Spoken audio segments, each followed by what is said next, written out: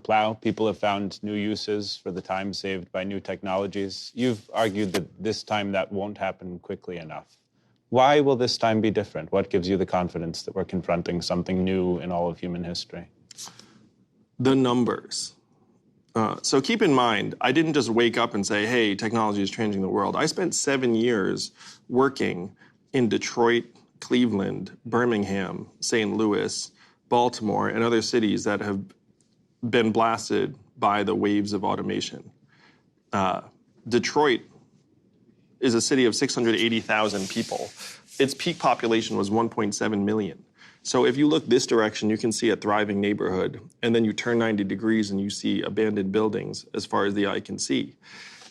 If we were adapting, you would see not multi-decade low rates of interstate migration, which we have right now.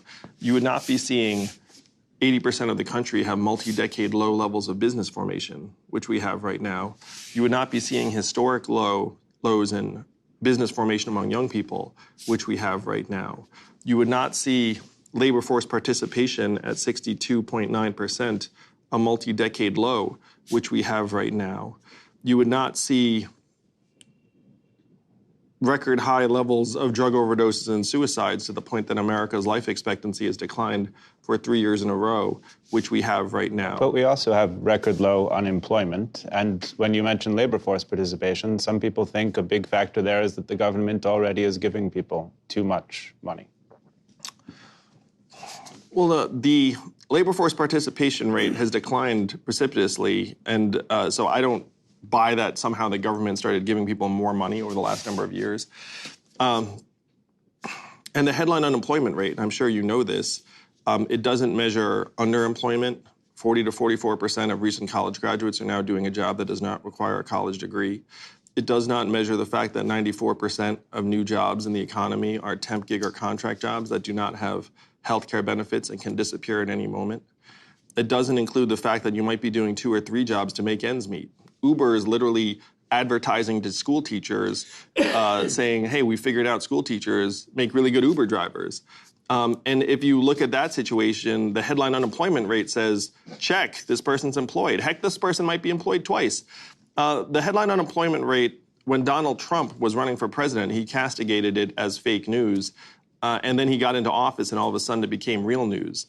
He was right the first time. The number is almost intentionally designed to obscure any of the difficulties in the labor market. If I drop out of the labor market, I no longer count. I actually help the number. Right now we have 3 flagship numbers we're beating the American people over the head with, telling them that things are going great. Number 1, the headline unemployment rate. Number 2, gross domestic product, which obviously putting up record highs, even as our life expectancy is declining. And number 3, corporate profits and shareholder value.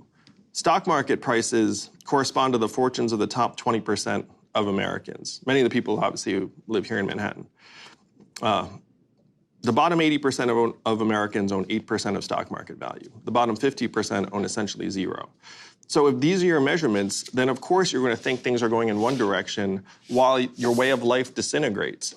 Even the inventor of GDP, Simon Kuznets, said 100 years ago, this is a terrible measurement of national well-being and we should never use it as that.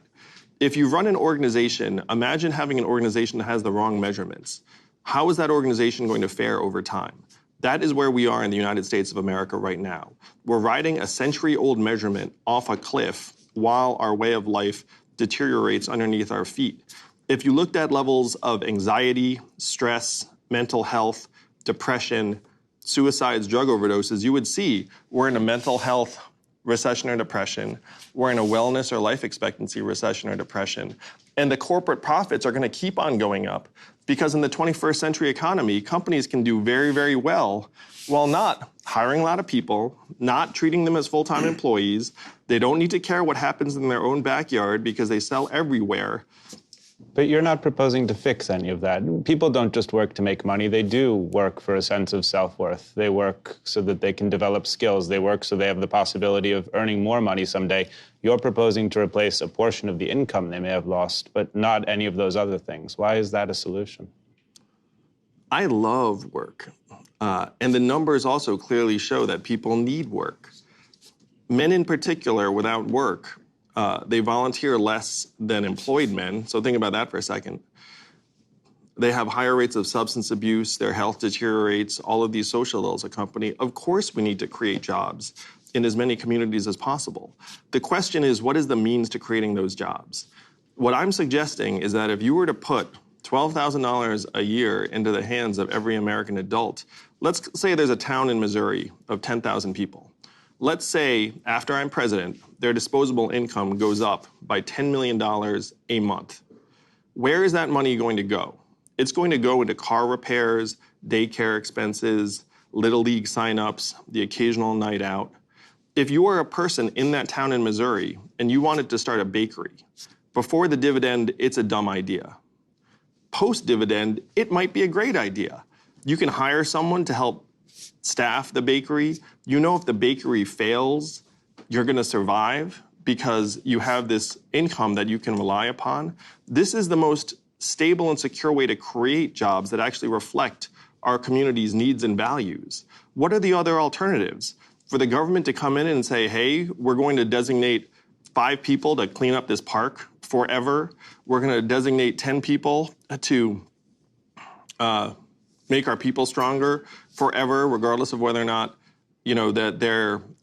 So a Republican would say the alternative is to let markets work. Is that what makes you a Democrat? You don't think the market will create enough jobs for Americans? Oh, I think the market will work beautifully toward what it's designed to do. The market is designed for maximal capital efficiency, and it is doing a phenomenal job. That's why you see the returns on capital outstripping the returns on labor at historic levels.